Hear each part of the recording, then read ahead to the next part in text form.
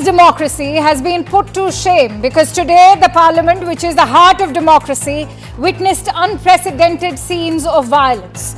Two BJP MPs, Pratap Sarangi and Mukesh Rajput, suffered head injuries in a face-off between the opposition and NDA members at the Makar Dwar of the parliament.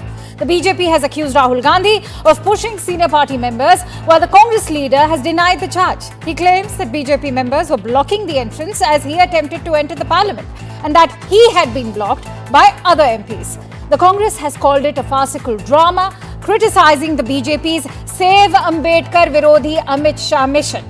In response, the Bharatiya Janata Party filed a police complaint against Rahul Gandhi, while the Congress has also lodged a complaint against the BJP.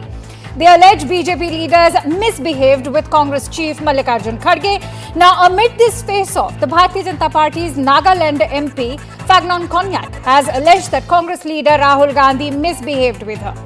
Konyak, whose Rajya Sabha MP, has written to the chairman of the House alleging misbehavior by the leader of opposition in Lok Sabha.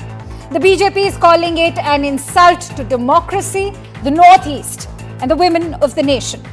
While the charges against the leader of opposition are grave and the violent scenes unprecedented, makes us question what is India's parliament reduced to? The North Star of democracy, where parliamentarians must embody the culture of democracy through decorum and discipline.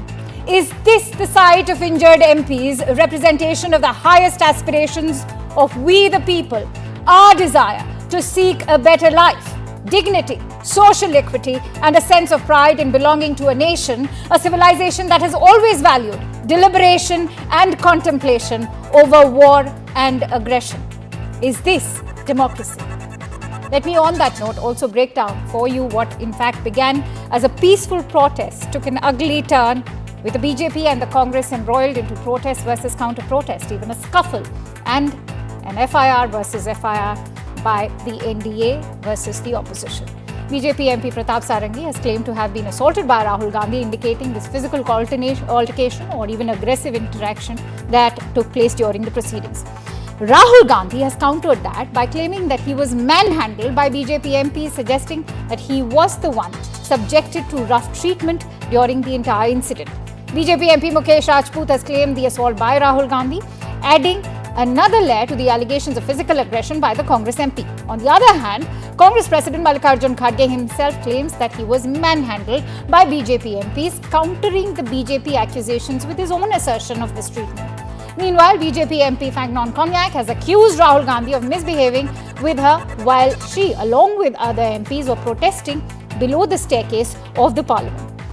The Nagaland MP also shot a letter to the Rajya Sabha chairperson Jagdeep Dhankar, further alleging that Rahul's physical proximity to her was so close that she, being a lady member, felt extremely uncomfortable.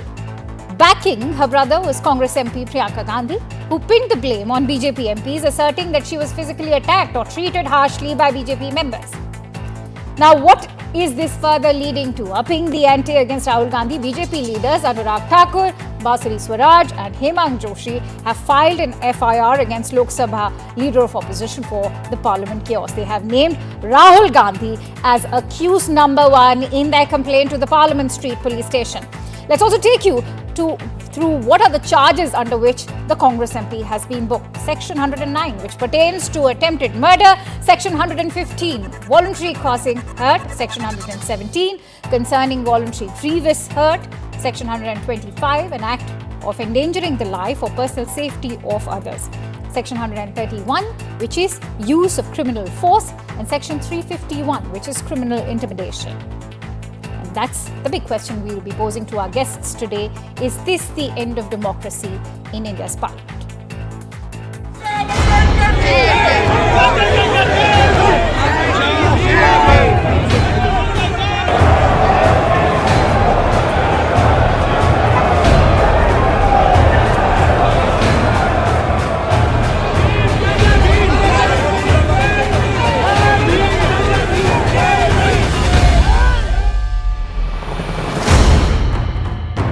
आपको किसने धक्का मारा? राहुल गांधी ने। राहुल गांधी ने धक्का मारा। राहुल गांधी कौन सी जगह पे सर? और राहुल गांधी ने आकर के एक एमपी को धक्का लगाया, वो मेरे ऊपर गिर पड़ा और मैं। कहाँ चोट लगी सर आपको? कहाँ चोट लगी? आंखों की दिखा दीजिए। ओह, I really feel disheartened. Leader of opposition of the Lok Sabha, Shri Rahul Gandhi ji, came in very close proximity of me, and I really feel uncomfortable. And he started shouting at me, which I felt is very unbecoming of a leader of opposition.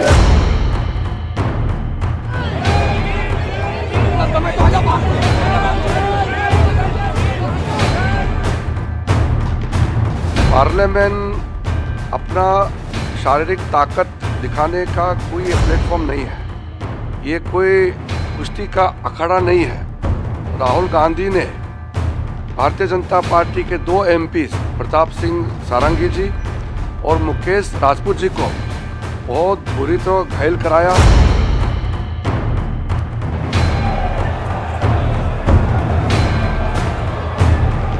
ये parliament की entrance है, इसमें मैं अंदर जाने की कोशिश कर रहा था तो बीजेपी के एमपी जो थे वो मुझे ऐसे रोकने की कोशिश कर रहे थे, धकेल रहे थे और मुझे धमका रहे थे, तो वो हुआ।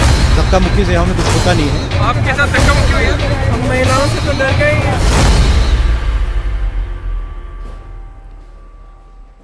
All right, on that note, let me introduce our esteemed panelists today. I'm joined in by Ms. J.B. Mathur, who is the Rajya Sabha MP from the Congress Party, Kailash Adhikari, who is a political analyst, and Mr. Sumit Chandar, who is a renowned senior advocate. Many thanks to you, J.B. and the gentlemen for joining in.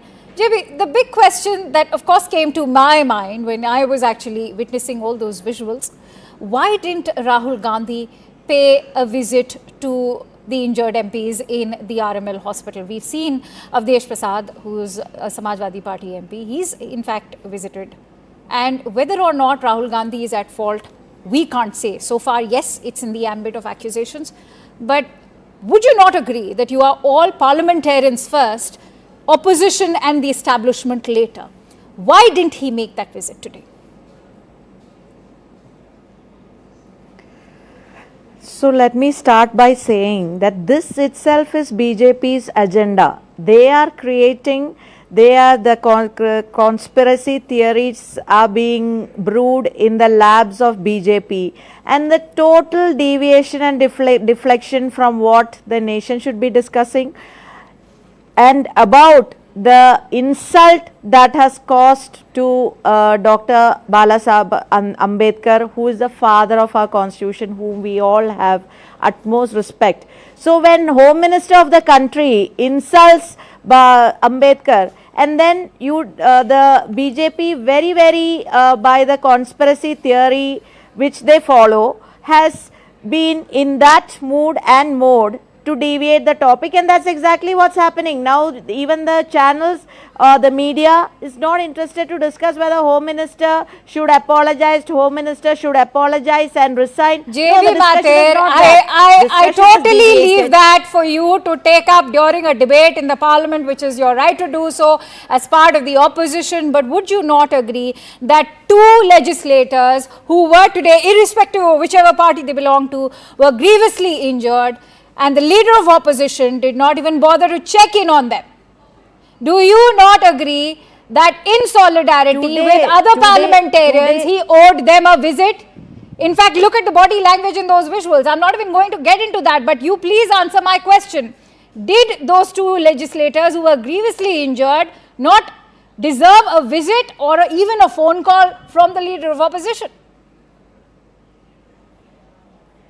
Today what has happened in parliament premises, I was personally present there, and the kind of dhakka mukki by the BJP MPs, and they were behaving like hooligans, and Mallikarjun Kharge ji, who is 80-year-old plus, and Priyanka Gandhi ji, and women parliamentarians, we all of us were there, and then Mallikarjun Kharge ji, the way they had pushed, and then he was fallen onto the ground.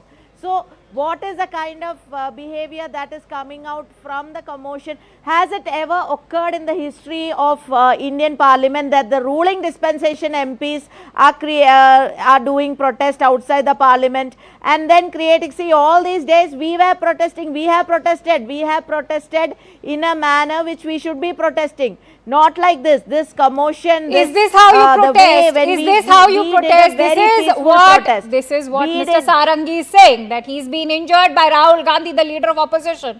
Is this not unbecoming of a leader of opposition? I'm going to take that forward now with Aprajita Sarangi, who's the BJP MP, also This joining is us certainly on not brass Rahul tacks. Gandhiji did not push Aprajita, this you know, very this is the clear that defense there was that's no coming. pushing All by right, Rahul JB, Gandhi. I have given you The time to commotion speak. was there. The JB, I have commotion given was you by time the to BJP speak. I would itself. really appreciate if you can let me take this discussion forward. Aprajita, that's the defense that's been coming in from the Congress party, that, you know, it is the opposition's right to protest within the parliament premises. Why was the BJP blocking them from entering the parliament? I'm also going to refer to the Lok Sabha advisory that was issued by the Honourable Chairperson, Mr. Om Birla, on 3rd of December, which in fact talks about such protests that they need not cause serious hindrance to the daily activities of the parliament. So it's not just the Congress or the opposition which have defied that advisory, it is even the BJP. Whatever happened within the premises of the parliament today was extremely unfortunate. It shouldn't have happened. We are all here as parliamentarians to uphold the decorum and the dignity of both the houses of parliament. We should behave in a manner which befits a parliamentarian. I entirely agree. Having said all this, I will definitely like to mention here that today was a very unusual day. Many things happened which should not have happened. 2 senior MPs were injured. I went to the RML to meet both the senior MPs, and I had the chance of speaking to both of them. They could not speak properly, very feebly they spoke to me, and they were in a very bad shape. The doctors also were spoken to, and they are under observation. Let's see, let's pray to God that they get well soon. That is one thing which is definitely on top of our minds. Now, today what happened, I think it's the entire nation is aware of it. We were having the protest at 10 a.m. on the Makar Dwar, on the staircase of the Makar Dwar. All of us had gathered there, and suddenly by 10:40, Sri Rahul Gandhiji, Madam Priyanka Vadra ji, and others with them came towards us, and then there was a scuffle.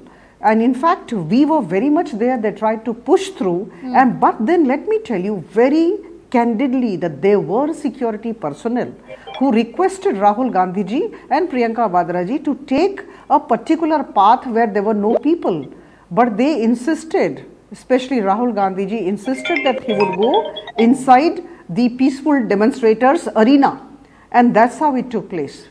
Pratap Sarangi ji, who is a very, very senior politician of ours, who is a very senior member of parliament, and he was standing with Mukesh Rajput ji, and they were grievously injured. So I think But this is Aprajita, something which I is want not to ask expected you, of what them. was the And need you for know the what? BJP As you to- said, I to reiterate, protest? Rahul But what was the Gandhiji, need just for a minute, Aprajita give me 30 seconds. for the BJP to Give me protest? 30 It is seconds. the right No, of give me the 30 opposition seconds. No. to protest. They are saying that the No, jostling give me happened because 30 you were seconds. blocking them. No, I'm just posing the question. I'm sure the viewers would want to know Give as me well. 30 seconds. Sure. It was expected of the leader of opposition, Sri Rahul Gandhiji, to pay a visit to the 2 parliamentarians in the hospital, which he did not care to do. This is something which I want to say very emphatically. Now, as far as the protest is concerned, now here it's not a question of opposition protesting or we in the ruling party protesting. It was against a cause, right? It was about a cause. It was about an idea, about an issue, and the issue was going against Sri Ambedkar. Now, when the Congress talks about Ambedkar ji as father of the constitution and big things about Ambedkar ji coming from a spokesperson, it makes me laugh. In 1955, I need to remind you, Jawaharlal Nehru ji gave himself the Bharat Ratna. And in 1971, the then Prime Minister Indira Gandhi ji gave herself the Bharat Ratna.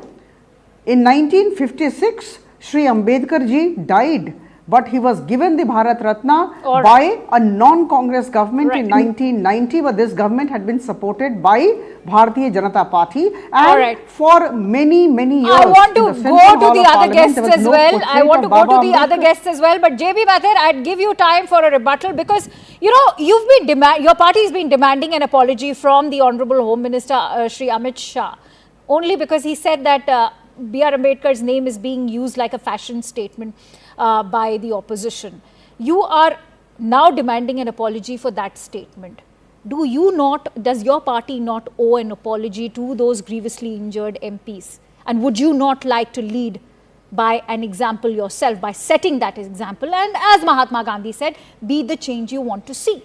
Do you not acknowledge that your party and the leader of opposition included owe an apology to those two grievously injured MPs?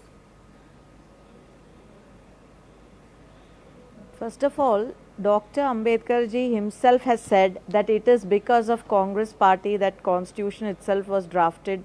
He got, and everybody, the history knows that the drafting committee chairman was made by Congress party and Pandit Jawaharlal Nehru itself. So let us not go back in history and say that this Congress is exactly has what not you are doing. done You're justice getting to BR into what Ambedkar. about to Now right coming now. to present, coming Let's to present. talk about those two Coming to grievously present. injured MPs. Yes, please. Coming to present, see who created this commotion, why was this created, why this happened, when we were peacefully walking from Ambedkar statue towards Magar Dwar, and when we were peacefully protesting, this entire thing is a conspiracy being hatched is what we are saying. No. And that's an I think this is really shameful, and this is so not chivalrous of the Congress party to not acknowledge those wounds that we see today, and this is an utter mockery of democracy, as I said, and it is a mockery of we the people who have voted these parliamentarians to power. I'm sorry to say this, but I'm forced to say it today. In fact, Kailash Adhikari, I want to ask you, at a time when the entire opposition itself is going through this moment of introspection where they are asking each other if they even want to see Rahul Gandhi as a leader of opposition, how will those visuals that we can see on the screen today go down for the India Alliance itself? You know, Akanksha, we all know and we all have told this, we are telling this time and again, and we believe as true people of this nation that Parliament is a temple of democracy. And each and every one of us who know that if we are entering a place of worship, be it a temple or any other faith or any other religious place of worship, there is a certain decorum of the sanctum sanctorum that we follow. Now, whether it be the well of the Parliament where we have seen opposition disrupting, or whether it be see the entire allies of the Parliament today, what we saw is completely unfortunate. Two senior member of Parliaments getting heckled, and they now being given medical treatment because of the kind of treatment that they were meted out by the leader of the opposition is very questionable. I mean, the opposition has just no respect for the Parliament and not even thinking about the fact that this is the same Parliament where they have represented people for so many years, and right now also they are representing certain constituencies and certain people. This is actually an insult to all those voters who have voted those member of Parliament from the opposition or from the Congress party. It is an insult to those particular section of people that instead of being a constructive voice in the Parliament, raising up their particular issues, what they are trying to do is just trying to heckle, not allowing the Parliament to function, which we debated about a few weeks ago, and now trying to be getting into a physical assault with the certain. No, but Kailash, why I'm asking you that question is that, you know, we've not seen Trinamool Congress or the Samajwadi Party even so actively participate in the protests that the Congress has been conducting. Even when you look at the Adani issue, the SP and Trinamool Congress do feel that, you know, there is a lack of unity when it comes to, you know, voicing concerns, which should be seen,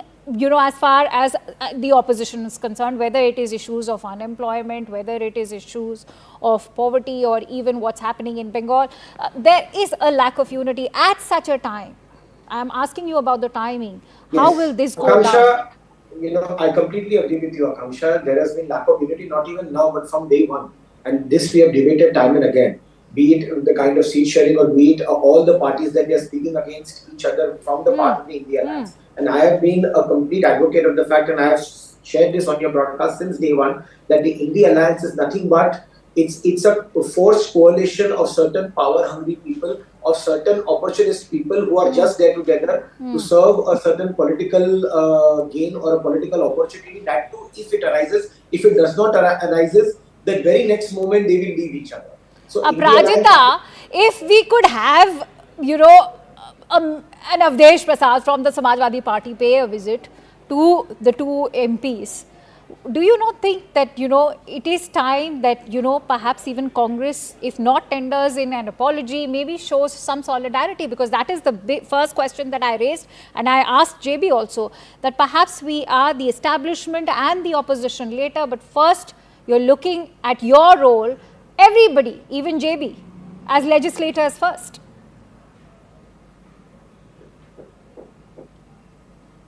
Aprajita, that question is for you. Yes. See, I think all the parliamentarians should have only one thing in mind, and the concern should be to have hindrance-free parliament sessions. It's very unfortunate when there are adjournments. This particular session, we had many number of adjournments, which was very unfortunate. The issues of the country could not be actually put forth in the Lok Sabha or the Rajya Sabha. But let me tell you very honestly that it is not just the responsibility of the ruling party to run the show. It's the responsibility of both the ruling party and the opposition to join hands together and actually decide the agenda items and go as per the agenda items in a peaceful manner with a lot of dignity and decorum and with respect for each other. But by that logic, Aprajita, that is what the Congress party is also claiming, that the Congress chief Mallikarjun Kharge also was injured. He also fell to the ground. And I'm again going to refer to the December 3rd advisory of the Lok Sabha. The video. All right, JB, how do you respond to that? Kindly show me the video where Sri Mallikarjun Kharge has fallen down. We have all regards for him. He is a very senior leader of the Congress. Huge respect for him. Ended with that. Haven't you all seen the videos moving around of Pratap? All right, Aprajita, let's also listen to what JB has to say. And Mukesh Rajputs. All right, let's listen to what JB has to say. JB. Falling onto the ground, it was very clear that all of us were there, and we all have seen Mallikarjun Kharge ji falling onto the ground, and he already had knee surgeries, and in spite of all that, this has happened. And that is why we have filed a complaint in the police station citing all the sections of the criminal code. Now, having said that, it just didn't end there. The vandalism of BJP, the BJP goons have attacked the Congress offices in Bombay today. Why so much of intolerance that they are attacking Congress officers in the country? Why they are doing that? So, all this, all these are of a larger plan where everywhere there should be distraction from the main topic, from the main issue, and that is what is happening here. All right, Aprajita, that is the crux of the argument that is being presented. Insulting that Baba you are Saheb digressing Ambedkar. They don't the agenda, from the discussions. The nation is hurt. दिल पे चोट लगा है, दिल पे चोट लगा है। आप दिल पे चोट लगने की बात करिए जेबी, उनको तो फिजिकली चोट लगी है। आप लोगों ने प्रेस कॉन्फ्रेंस की, मल्लिकार्जुन खड़गे was there, Rahul Gandhi was there, and not even a concern. I'm not asking. It is the That's commotion. okay. You didn't apologize. It is not Rahul Gandhi did it. It is the commotion.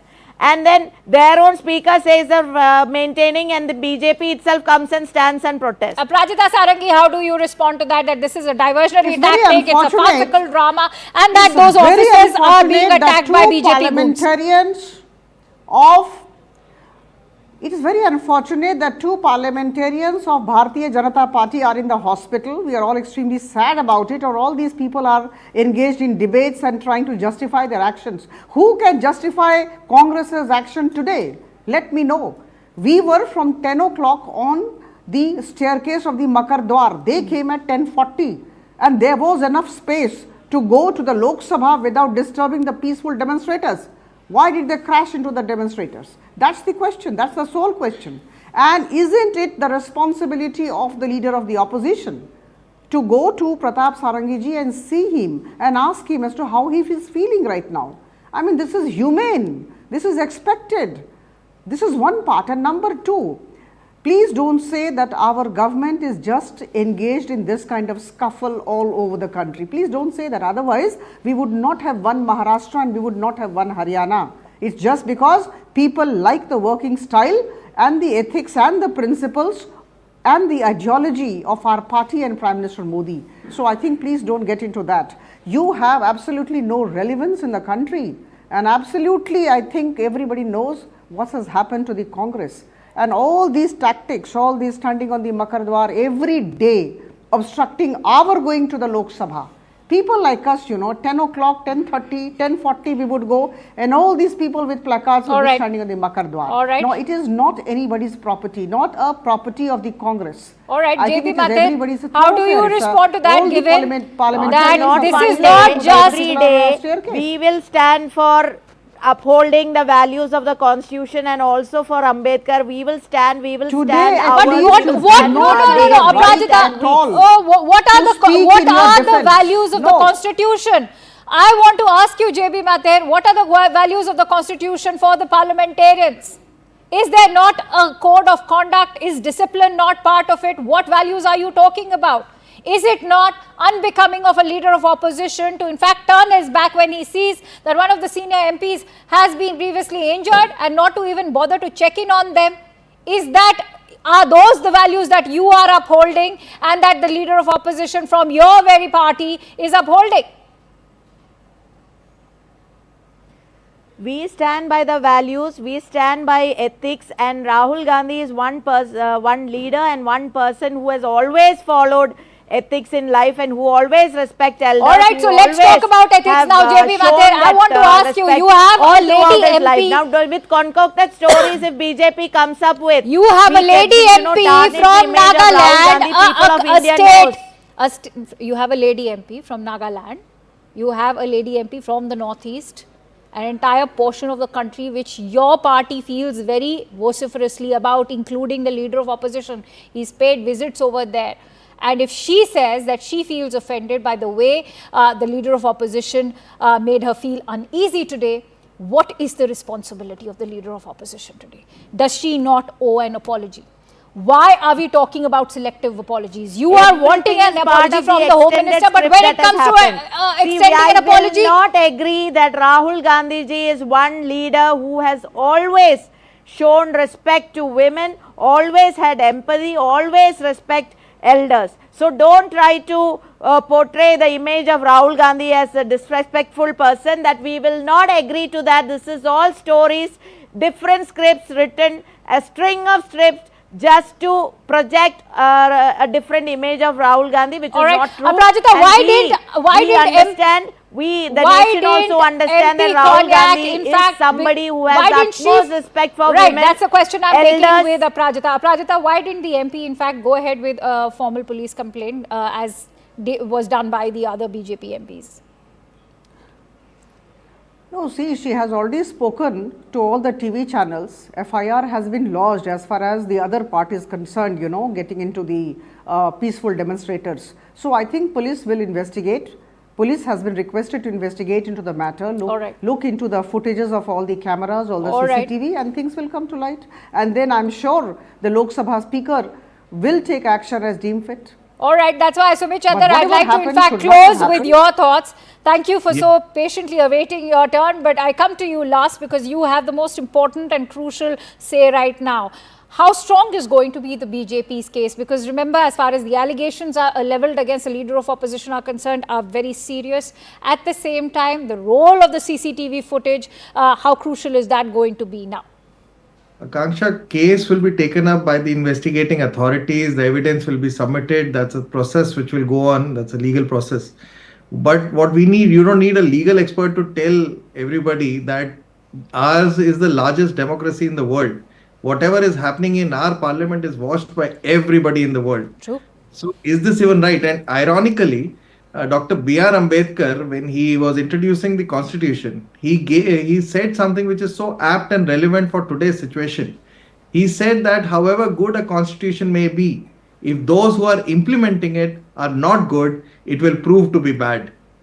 And however bad a constitution may be, if those who are implementing it are good, it will prove to be good. Having said that, what he said so many years back, today is the time where everybody needs to look into it, see how we behave in the parliament, whether inside or outside it, and we represent the largest democracy, and that's the way decorum that needs to be maintained. Oh, absolutely, Sumit. Thank you for bringing that reminder for all of us over here and for our viewers. I'm sure even the late BR Ambedkar must be asking, is this the constitution that I had designed, and is this the parliament that I had imagined? Many thanks to you, Sumit, and the ladies, and of course, Kailash as well for joining in on Brass Tacks. And with that, we now shift focus over to a tragedy that's struck Mumbai.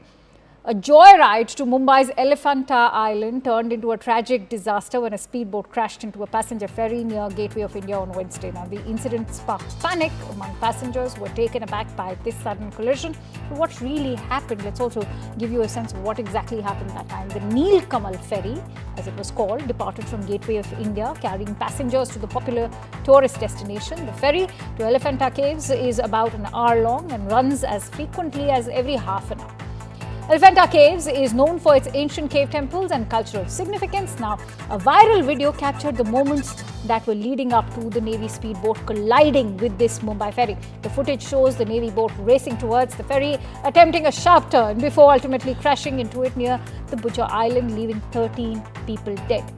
3 Navy personnel are among the dead, while more than 100 people were rescued as well. So what really caused this tragedy? The accident occurred when an Indian Navy boat collided with this Nilkamal passenger ferry. Now, the Navy boat was reportedly undergoing the engine trials in the Mumbai harbour, which indicates it was in a testing phase for its engines. Why was it happening during the peak hour is the question everybody is posing. The Navy said the speedboat went out of control because of an engine malfunction. There's a multi-agency investigation that's being conducted to ensure there's justice to the 13 dead, and so that future such incidents are also averted. As per police sources, there was overcrowding on the passenger boat, and according to regulations, the passenger boat was permitted to carry 84 passengers plus 6 crew members, totaling a maximum of 90 people. However, the boat was also carrying 111 individuals at the time of the accident. Sources within the Indian Navy have confirmed to us that an inquiry will be initiated into the original engine manufacturers. Among those injured, 2 belong to the engine manufacturers. The engine maker is a company from South, and details being ascertained by Navy officials as we speak. So here are the big questions that are being posed. Why wasn't the Navy testing during the non-peak hours? Why was it doing that during the rush hours? Why was a dilapidated ferry allowed to function? Why was overcrowding allowed on the ferry? And why weren't ferry passengers provided life jackets, as is also the question why there was no safety training provided to passengers as well. And with that, let me in fact quickly bring in our guest to add more information and perspective. And for that, I'm joined in by retired Vice Admiral Shekhar Sinha, who's a former Commander-in-Chief of the Western Naval Command. Many thanks to you, sir, for joining in. Now, as per the Navy statement, the naval speedboat which crashed into the ferry was undergoing engine trials for a newly fitted engine. What are the protocols that should be followed for such trials? Should civilian boats be around when such trials are going on? And the moot question, as I highlighted, was why was it operating during peak hours? Well, thank you for getting me on your program. It was around 4 o'clock in the afternoon on the 18th. It was a special operations boat, meaning that it is used by the Marine Commandos. And it had new engines fitted, and it was going for trial. The time of 4 o'clock was chosen because over a period of 2-3 days, it was seen that it was a slightly low intensity of traffic. And only then the time was chosen. Now, it had 2 of the Marine Commandos and 4 representatives from the original equipment manufacturer. Now, this is a place called Karanja. It's not an island, but Karanja is another part of Mumbai, though they call it Karanja Island for some reason. Very close to that place because that's a naval area, and they do the trials in that area. Now, this Nilkamal, the civil ferry, apparently it had some 109 people on board. As I said, why it has happened, what went wrong, etc. As you rightly said, that the board of inquiry is going on, and also the police and navy are doing the inquiry all together. Right. They are helping each other.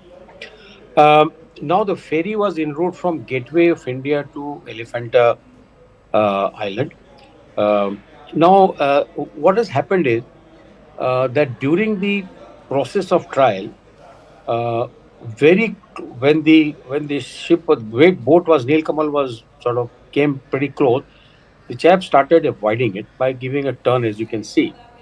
But unfortunately, that is the time the engine power has got stuck at the full power ahead, what is called the full ahead. And thereafter, he just could not avoid the collision, and it has gone and hit. And you have already said how many people have died. Yes. 2 people of the OEM and one of the Marine commandos have died. Mind you, a Marine commando is a very important asset. And nobody would like to, no Navy would like to lose. And I've been in the Western Command for long enough. Now, thereafter, immediately the SAR was launched, the naval helicopters, the Marine Police, the Coast Guard, and a whole lot. And they're still looking for it. The whole night the search has gone. They rescued 2 and 1 Marcos in very critical condition out of the 2. They are all both in Naval Hospital. 98 people were safely rescued, as you know, out of the ferry.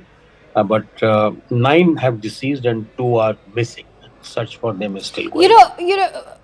Sir, I can't help but, compare this with the best bus accident also. Why I'm doing so? Because back then, there were questions being raised with regards to the contractor of the bus, and which is why I want to ask you, is it not time to also sit up and take notice of these dilapidated ferries?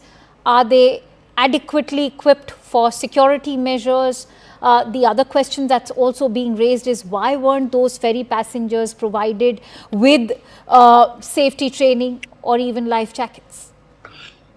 Akanksha, the first thing is that the number of people what the ferry was supposed to carry, I wouldn't know, but I think more than 100 is little too much for the size of the ferry that I can see. But the Board of Inquiry will.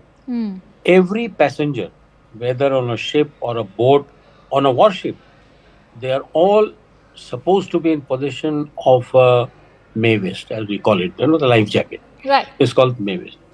And apparently, some people, if the May vest was there, then the people who had fallen in water, they should have been floating. The fact remains that 2 are missing. And fact remains that some people have died, they may have died of drowning. So obviously, everybody, Akanksha, was not carrying a May vest or not wearing a May vest. In fact, when we go on the boats, we always have an inflated life jacket in a small boat like that. Right. On a bigger ship, you get enough time before the ship can sink or whatever can happen, God forbid. But in Navy, obviously, they're very sorry about their own people have also died. Yes. They have heartfelt there's clearly been a lack of oversight. Things have been overlooked over here, which is why I want to ask you, the Gateway of India harbour is also among the most congested boat harbours in India. Do you feel that the Navy made the right choice to choose this proximity for an engine test? As we know, tests can also go wrong, and that's exactly what happened. Akanksha, let me correct you. The boat was not operating out of the Mumbai harbour. It was operating from Karanja harbour, which is quite far. Right. And from Karanja, it was doing the trial in line with the Karanja, area. No, which is why people are questioning the importance of doing these trials during non-peak hours. It was doing so, even if it was in following a trajectory, as you are saying, was happening during peak hours, right? Which is why the collision happened. No. One sec. You see, what happens is there is no time limit for the ferries. The Navy, apparently, they will come to know during the Board of Inquiry, they carried out 3 days of study as to what is the time when there is traffic is nearly zero. And that is why this 4 o'clock takeoff or 4 o'clock launch of the boat was planned. And that is why he was quite surprised to see this ferry, coming so close, which we will get to know as we go through the Board of Inquiry. But yes, there's no doubt that it was not an intensive traffic time. Absolutely. But, because, going by your own experience, I'm sure you will be able to tell us better if the Navy has been looking into whether or not, they are navigating with care and accountability in such areas which also have commercial traffic going to, say, a location like Elephanta Caves. True. That is why they do a survey prior to these trials, engine trials, 2-3 days in advance, and they see what is the least time. And there is no other, they have chosen a 4 o'clock time for this reason. Otherwise, they could have gone at any other time. Why 4 o'clock? Because the traffic actually begins to build up from about 5 in the evening. Okay? About 5. Don't forget that in the West Coast, the sun sets much later than what you see in Delhi. So I would say that while it is for the board of inquiry to find out as to what went wrong, why did he go in that place, was it a time for peak traffic, all that will be found out.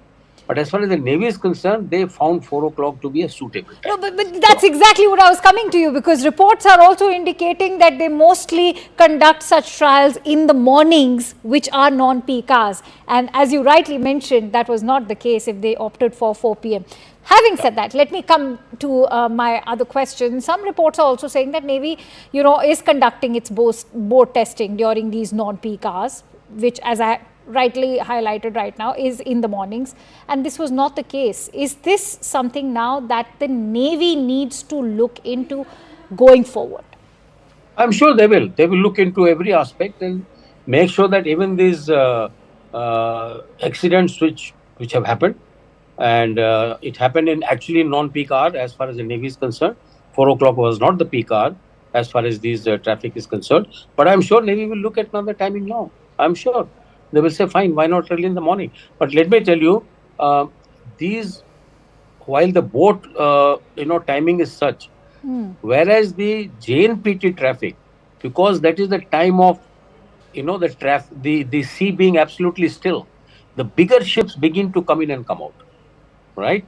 The huge ships, there are container ships, there are cargo ships, they keep coming in and out of JNPT. Yes. And this Karanja is closer to JNPT. No, and I'm sure you will agree that these are congested waters that you are looking around the Gateway Harbour, which is, of course, as we all know, the location also becomes pivotal. Lastly, I just want to end this discussion by asking you about, are there any checks to check overcrowding in ferries? That has also seemed to be the case in this. Well, I am sure there must be, because I have not taken ride on these boats. And I am not very sure, but if there is 100 passengers, I am sure. And clearly it's not happening. I'm afraid I'll have to leave the conversation there because I'm running short of time, but it's been a pleasure speaking to you, sir. Thank you so much for joining in on Brass Tacks. And with that, it's time for a quick break. But coming up next is the former National Security Advisor of the United States under the previous Trump administration, Ambassador John Bolton, who will be sharing what Trump 2.0 will be looking like from 2025. Stay tuned to Brass Tacks.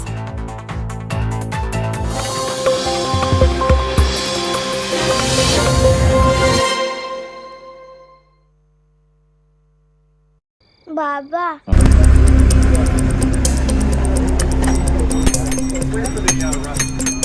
इतने कम से कम passenger होते हैं, उसमें foreigner भी होते हैं, बोलना foreigner की भी जान का धोखा है, तो ये सब तो बोल सकते हैं, ठीक है, म्यूट करके मेरी आवाज़, क्योंकि ऐसे फॉरेनर लोग भी ये देख, क्योंकि उनके बच्चे लोग भी ये देख, तो बोल सकते हैं, ठीक है, भी इतने सारे लोग होते हैं.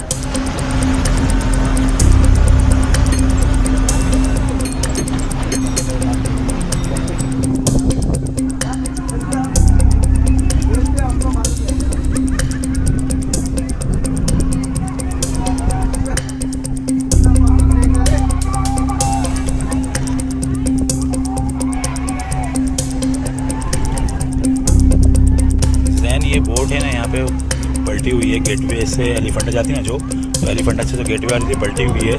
ये लाइव ले रहा हूँ मैं, ठीक है. सब ठीक खैरियत भैया सब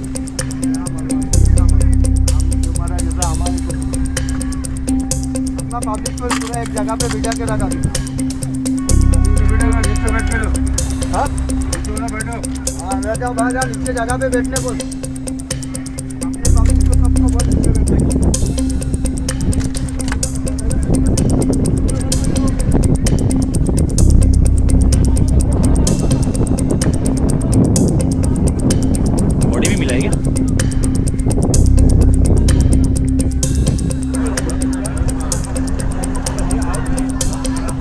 has been fell down, a small one.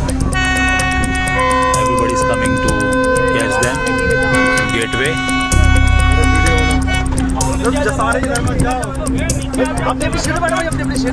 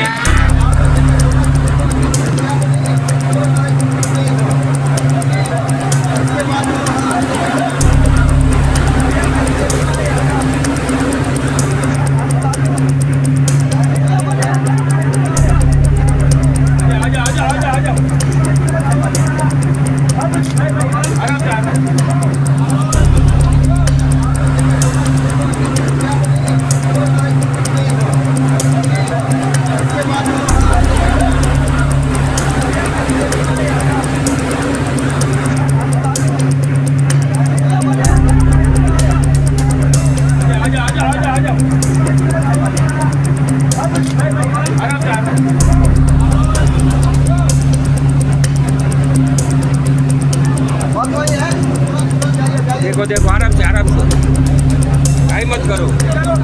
अरे भाई एक बच्चे का तबीयत बहुत खराब है, हॉस्पिटल में देखना, जल्दी क्विकली देखना उसको। बच्चे का खबर करो। बात कुछ नहीं है, अभी इस कोर्ट में कोई नहीं है, सीधा निकल के नहीं। वो बाकी को थोड़ा देखो हो जाएगा।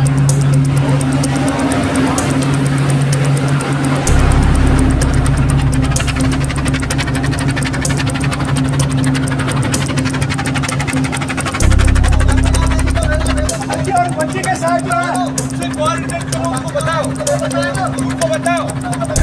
अभी इस कोर्ट में कोई नहीं है, सीधा निकल के नहीं। वो बाकी को थोड़ा देखो हो जाएगा। बच्चे का खबर करो। बात कुछ नहीं है, अभी इस कोर्ट में कोई नहीं है, सीधा निकल के नहीं। वो बाकी को थोड़ा देखो हो जाएगा। इस एक्सीडेंट में तकरीबन 101 लोगों को सुरक्षित बचा लिया गया है, किंतु 13 लोगों की मृत्यु इसमें हुई है।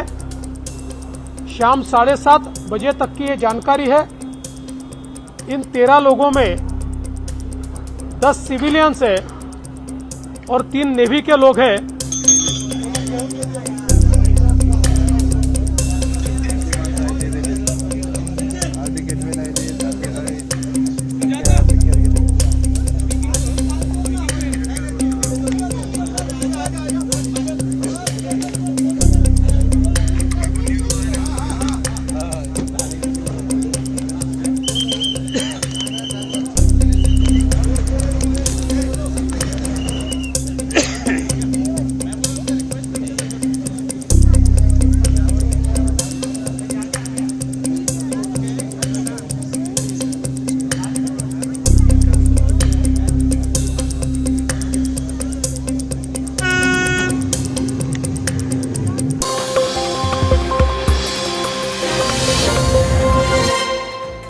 Welcome back. You're watching Brass Tacks with me, Akanksha Swaroop, now former US National Advisor under the previous Donald Trump administration. Ambassador John Bolton joins me live on the broadcast. Let's try and get in a sense of perspective in terms of what Trump 2.0 is going to look like. Thank you so much, Ambassador. It's a pleasure having you as always. US President-elect Donald Trump has once again fired a warning shot at India over its high tariffs on American goods. Also, whether it's H-1B visas or the plight of Bangladeshi Hindus, what could Trump 2.0 mean for New Delhi?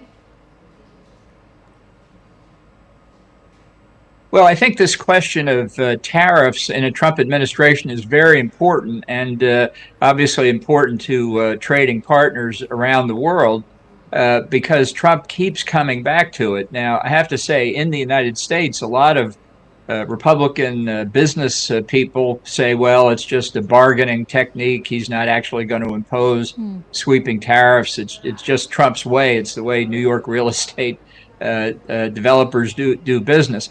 I don't think that's true. I think this is something to be concerned about. I think it'd be a huge mistake for the new Trump administration to launch a trade war, particularly with its friends. It'd be one thing to take steps against China and its enormous violations of the norms of the international economic system, like stealing our intellectual property for 3 or 4 decades. But that's not Trump's approach. And we don't know exactly what Trump's tariffs will look like. We don't know when they'll actually come into effect. But I think it's worth taking very seriously. Right. And I would think Prime Minister Modi would want to talk to Trump about the tariffs and some of these other issues you've raised very, very soon after he takes office. Ambassador, Donald Trump arrived on the election promise to end the wars, but given the situation that President-elect Donald Trump is inheriting in the Middle East, how swiftly will he be able to force Netanyahu to end the war in Gaza, given how complicated the situation is in the Middle East? Well, I think it's a very complicated situation. It's not just the war in Gaza. I think you have to view basically everything that's happened since October the 7th and Hamas's attack on Israel as part of Iran's ring of fire strategy against Israel, a strategy which, by the way, could be turned against the Gulf Arab states if need be. And I think it's turned out very badly for Iran, to say the least. Hamas has been all but dismantled. Hezbollah is in very dire straits. The Assad regime has fallen. And we know that Israel has essentially eliminated Iran's most sophisticated air defenses, has severely damaged its ballistic missile program, and made at least one strike against a nuclear weapons related facility. So more could be coming here. I don't think this war is going to be over by January the 20th by any stretch of the imagination. Also, Trump has said that Syria is not a fight for the United States and he wants to stay out of it. But does he actually mean that? And will staying out be as easy for Washington? Well, with Donald Trump, you never know what he means because he so frequently changes it even in the same day. It would be a mistake to say we have no interest in Syria, we, the United States. That's not to say we have to take sides with anybody, although we are there now and have been for many years in support of the Kurds and the Syrian defense forces that helped us destroy the ISIS territorial caliphate. It's very complex inside. I think the Biden administration did the right thing over the past couple of weeks in destroying ISIS arsenals, weapons storage, ammunition storage areas. Israel's obviously done a lot to destroy what's left of the Syrian government's military. The regime in power in Damascus now is an ISIS offshoot. Now they say that they've changed their ways. We'll see. It's I think an unmitigated good for the region that Assad is gone, but it's a long way from being stable. And the last thing the U.S. should want is a terrorist state on the banks of the Mediterranean, bordering on Israel, Jordan, and potentially threatening us. Ambassador, considering the US President-elect has invited the Chinese President Xi Jinping to his inauguration on 20th January, something that may not happen as we are still learning whether or not Xi Jinping will turn up, will Trump's promise to end the war in Ukraine also redefine his approach to Beijing, given the Chinese president's good offices with President Putin? Well, I'm very worried about Trump's policies toward Ukraine. I don't think Xi Jinping is coming to the inauguration. I believe they've turned it down. It's perverse, I guess would be the best word I could say, to invite Xi Jinping, not to invite Prime Minister Modi, not to invite leaders of other friendly governments around the world. It's very rare, in fact, almost unprecedented for a foreign leader to attend an inauguration. The foreign ambassadors in Washington all attend, but there's no record of foreign leaders attending. I don't think China is a viable mediator in the Russia-Ukraine war. I think basically it's Russia's ally in the war, buying more oil and gas from Russia, laundering sanctioned Russian financial institutions' assets through the Chinese financial system. I think the Chinese are very much alongside Putin on this. So what proceeds in Ukraine after Trump is inaugurated, very unclear, but I'm quite worried given the things Trump has said over the past several years. All right. Ambassador, they say a king is known by his court, which is why I want to ask you about Donald Trump's top picks. Tulsi Gabbard, as Director of National Intelligence, someone who has not only voiced her opposition to the regime change in Syria, but is also someone who speaks highly of Bashar al-Assad. I'd like your thoughts. Yeah, I think Tulsi Gabbard's not qualified to be Director of National Intelligence. She's got no experience with it. Some of the views she's expressed with respect to Syria, with respect to Russia, with respect to the United States, frankly, are not just extreme in our political terms. They're on a different planet. She said, for example, these are her words, that Russia was justified in invading Ukraine because of U.S.-financed biological weapons laboratories in Ukraine, which is totally false. Now, she's walked that back. You know, when you put the glare of publicity on bizarre statements, people say, oh, I didn't really mean that. But she said it to begin with, which was an indication she meant it. So I think her nomination is in trouble. It's still early days, but we want to see the full FBI background investigation, and we'll see if the nomination survives. I'm skeptical at the moment, but there's still a long way to go. You know, Sebastian Gorka is the other person I'd like to talk about. You've called the president-elect's pick for counter-terrorism chief, Sebastian Gorka, a conman. I'd like to know, why do you call him a conman? Well, his resume has been inflated in many, many ways, and he's an example of which there are unfortunately many of people who are simply yes men or yes women for Trump. And that's not, ironically, that sort of behavior isn't going to serve Trump well if he fully understood the implications of surrounding himself with those kinds of people, and very definitely won't serve our country well. You know, there's a lot of hope over here in India as far as Donald Trump 2.0 is concerned. Now, during his campaign, Trump condemned the violence against Hindus in Bangladesh. Do you think it was just a campaign outreach to the Indian diaspora, or will he actually address the issue of persecution of minorities in Bangladesh that not just includes Hindus, but Christians and Buddhists too? Yeah, it was. I was struck by that comment because it's that general subject of human rights is pretty far from Trump's radar screen. I suspect one of his advisors mentioned it in the context of the election. Whether he follows through on it is anybody's guess. It's possible. It's also possible that he's already forgotten about it. All right. Many thanks to you, Ambassador Bolton. It was a pleasure having you here on Brass Tacks. As always, you've always spoken your mind, and this time too. But you've rightly said that Donald Trump is somebody who should not, in fact, be taken on face value. You never know what he says. Does he even mean that or not? As far as the wars in Ukraine and Gaza are concerned, those are the two big questions that everybody is asking right now. Will he be able to put an end to those two wars, also be able to address the persecution of minorities in Bangladesh? That's in fact a concern that India has. And what will the tariff war, as far as India is concerned, mean this time around? Remember, last time around we'd seen Prime Minister Narendra Modi in fact go ahead and do that diplomatic tightrope walking with the United States, even though there were sanctions against India as far as Katsa is concerned, but we managed to in fact break free. Will we be able to do that is going to be the big question, because remember, Donald Trump has again now fired that salvo as far as the tariff war threat is concerned. Will we end up becoming another Beijing as far as the trade war is concerned? We'll have to wait and watch come January 2025. And with that, it's a quick wrap from my end. Thank you so much for watching Brass Tacks. Up next is the Hard Facts with Rahul Shivshankar. Green Lamb Laminates presents CNN News 18 Primetime Studio.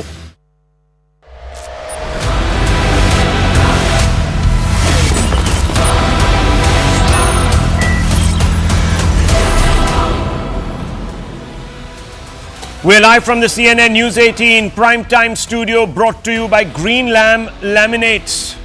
Viewers, I'm going to direct your attention to the scenes on your screens. The image seared in the mind is of a BJP MP bleeding from the forehead, being wheeled out of the parliament, reeling in shock. You can see him, viewers, to the top right of your screens. It's as if the pictures are being beamed out of a war zone with people crowding around, frenetically holding